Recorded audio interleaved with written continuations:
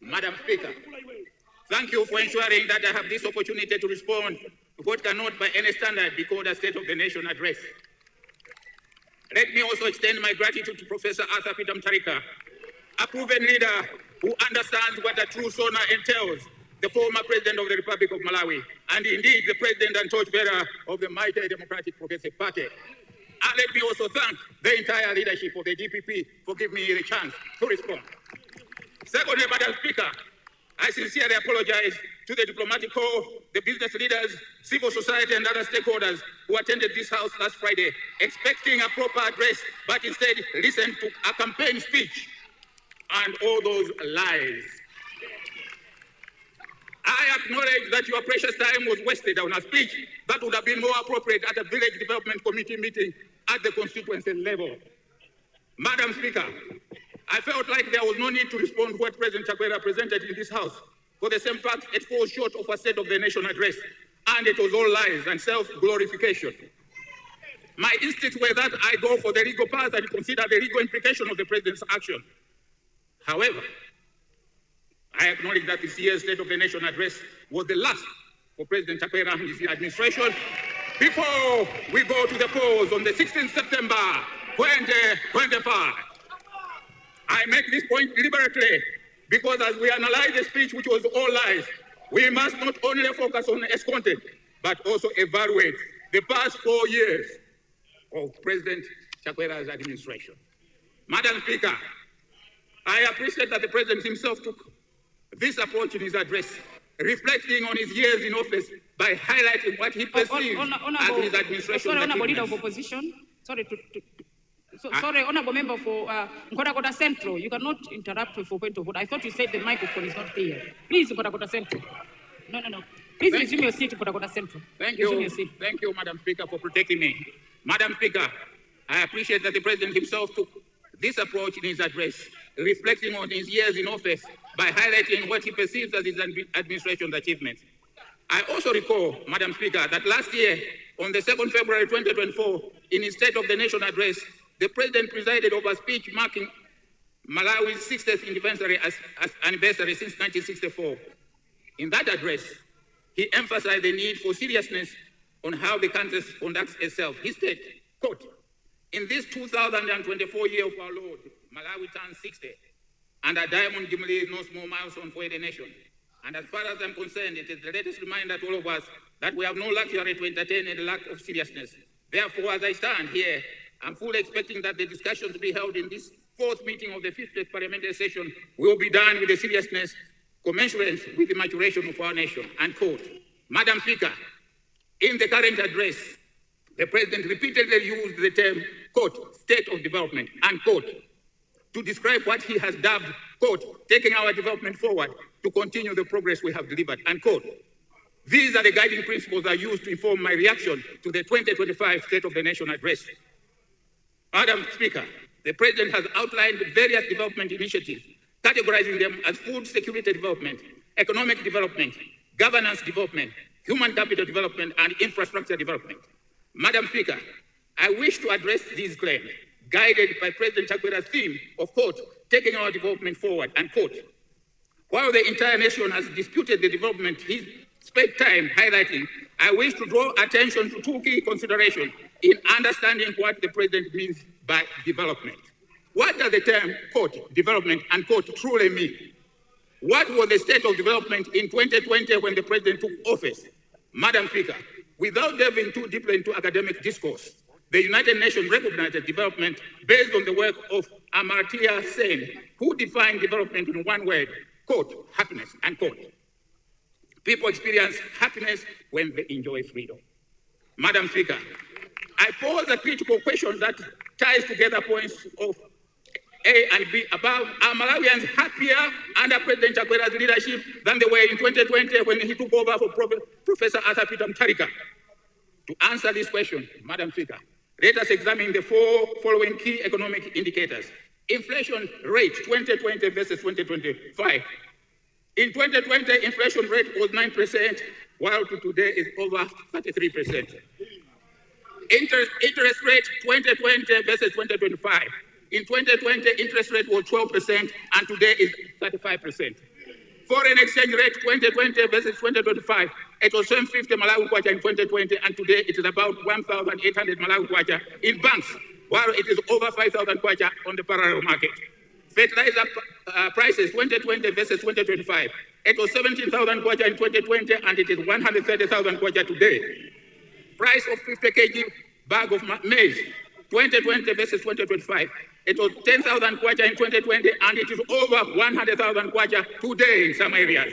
Fuel prices are up, prices of sugar is up, prices of bread is up, prices of building materials is up, transport costs have gone up, the list goes on and on.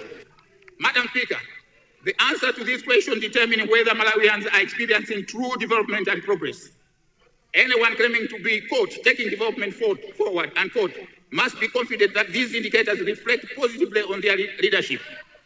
If we visit ordinary Malawians in Kasia, Malomo in Chisi, Sakambewa in Doha, Chamama in Kasumu, Njonja in Geza, Mwansambo in Kota Kota, and Kapiri in Chinji, will they testify that they are better off today than they were in 2020? No. The president listed numerous development projects that in reality have not improved people's living standards. Roads should transform lives, yet the administration boasts about roads that do not significantly impact livelihood. According to the president's speech, the government has distributed SNEF loans, but entrepreneurs struggle to sustain their businesses due to unfavorable economic development. Madam Speaker, what is the value of loans under such conditions? The administration has provided fertilizer to a few farming households, yet they remain food insecure because the real issues affecting agricultural productivity have not been addressed. We continue to distribute free maize to hunger-stricken families, an admission of failure in achieving food security. Madam Speaker, ordinary Malawians are the best judges of the country's progress. Madam Speaker, ordinary Malawians are the best judges of this country's progress.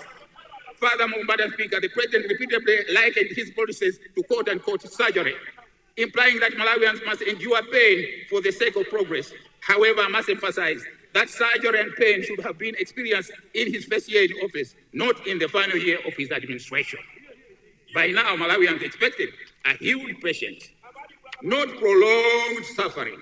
Madam Speaker, President Chakwera has missed a crucial opportunity to demonstrate how he intends to alleviate Malawian suffering in the few months remaining before election. He should have presented concrete solutions to restore forex availability and control the parallel market, which is selling at $5,000 kwacha.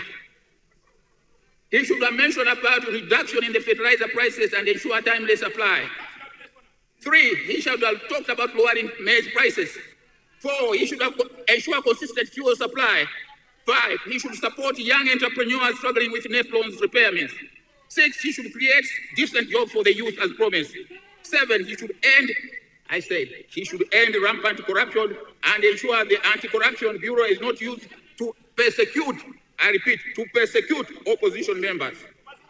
I repeat, end rampant corruption and ensure that the Anti-Corruption Bureau is not used to persecute opposition members while shielding ruling party officials. Running. 8, assist those affected by cyclones and natural disasters in rebuilding their lives. 9, ensure equal development opportunities across all regions of Malawi, not Kasungu alone. 10, reducing the economy which is in fiscal distress. Madam Speaker, let me emphasize, the President Chakwera's speech was yet another disappointing attempt to justify his administration's failure. It fell short of the seriousness he himself called for in the last honor. Instead of presenting a clear vision, he relied on political propaganda, shifting blame to the DPP, external factors, and listing incomplete projects as achievements. I repeat, it fell short of the seriousness he himself called for in the last honor. Instead of presenting a clear vision, he relied on political propaganda, shifting blame to the DPP, external factors, and listing incomplete projects as achievements. Madam Speaker, let me now break down to the SONA page by page. Number 1, lack of vision and strategic planning, page 3 to 10. A true leader should inspire confidence in the nation's future. However, President Chakwera's speech lacked a roadmap for economic transformation. His theme, quote, taking our development forward, quote, page 3, was nothing more than a slogan without a well-defined policy framework to support it. 2, Overemphasis on pain without tangible solution. Page 3 to 9, page 36 to 38. Throughout his speech, President Chakwera repeatedly reminded Malawians of their hardship, using phrases like, quote, season of sacrifice and pain, unquote, page 3. But pain without a recovery plan is meaningless. Pain without a recovery plan is meaningless. Madam Speaker, the President acknowledged the 44% devaluation of the kwacha, page 8, but failed to outline a strategy for stabilizing the economy. He admitted cutting spending on key sectors, yet ordinary citizens continue to struggle with high food prices, rising transport costs, and failing businesses. While he claimed to have fought cholera and provided humanitarian aid on page 7, he failed to present permanent solution to prevent future crises. Number 3, failed economic promises, page 6 and 8, 2025, 4045 of the Sona speech. One of the biggest betrayals of President Chakwera's presidency is his failure to deliver economic relief to Malawians. Madam Speaker, in 2020 at Masinta ground in Lilongwe, President Chakwera promised to lower fertilizer prices to 4,000 kwacha per 50 kilograms bag. Yet today, due to his administration poor planning, prices have skyrocketed to 140,000 kwacha. His economic policies have so led to 44% devaluation of the kwacha, page 8, pushing inflation to unbearable level. Meanwhile, forex shortages persist, yet he offers no concrete plan to boost exports and attract foreign investment. 4, political propaganda versus real development, page 34 to 40. President Chakwera's speech was filled with exaggerated claims of progress, while ignoring the harsh realities Malawians feel daily. I repeat, President Chakwera's speech was filled with exaggerated claims of progress while ignoring the harsh realities Malawians face daily. He boasted of, quote, delivering development, unquote, but failed to acknowledge how corruption and economic mismanagement have sold major projects. For instance, Palombe District Council refused President Chakwera's claim that 28 security houses had been constructed in Palombe. The council chair publicly dismissed his claim, and similar exaggerations were made about security houses in Luchenza, Likoma, and other places. In most cases where construction is even underway, progress is still at the foundation level. Madam Speaker, the President falsely claimed credit for the construction of a clinic at Chaponda, which was actually built by Community Forum Organization. The same deception applies to Chaponda Health Trade Center in Rumpi, which remains incomplete despite his claim of completion. In an unbelievable event, President Chakwera, own member of parliament from Rumpi West, has called the president and his informant liars. Similarly, road construction projects listed on page 40 to 45 are either behind schedule or underfunded. In fact, many of these projects, such as the Crossroad, Kanengo Road, the Lilongwe Bridge, and the N1 road rehabilitation, were initiated by Professor Arthur Pidam Tarika's administration. If not for Professor APM, what would Professor... order on my right, order please. Order please, order honorable members. Number 5. Order please, order. The fight against corruption. Madam Speaker. Number 5, the fight against corruption. Madam Speaker, President Chakwera claimed his administration is fighting corruption, yet corruption scandals involving his own party members remain unresolved.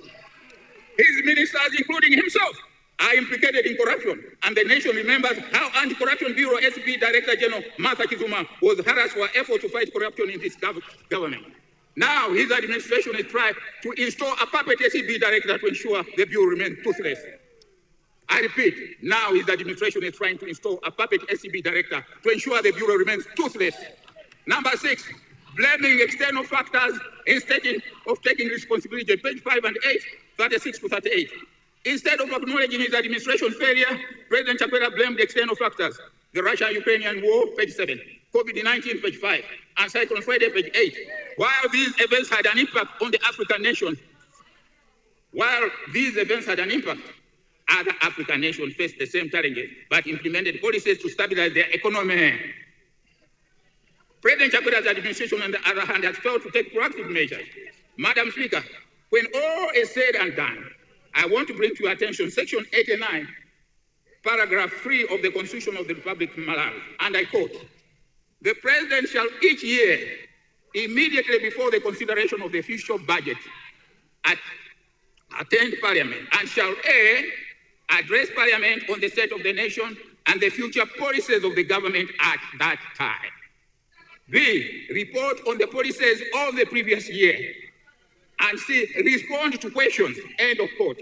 Madam Speaker, based on what President Chaponda presented last Friday, we all agree that he did not pronounce any government policy at this time in his speech, let alone future policies. This honor, therefore, Madam Speaker, is unconstitutional. Madam Speaker, as the opposition, we are wondering on what will be the basis for the forthcoming national budget.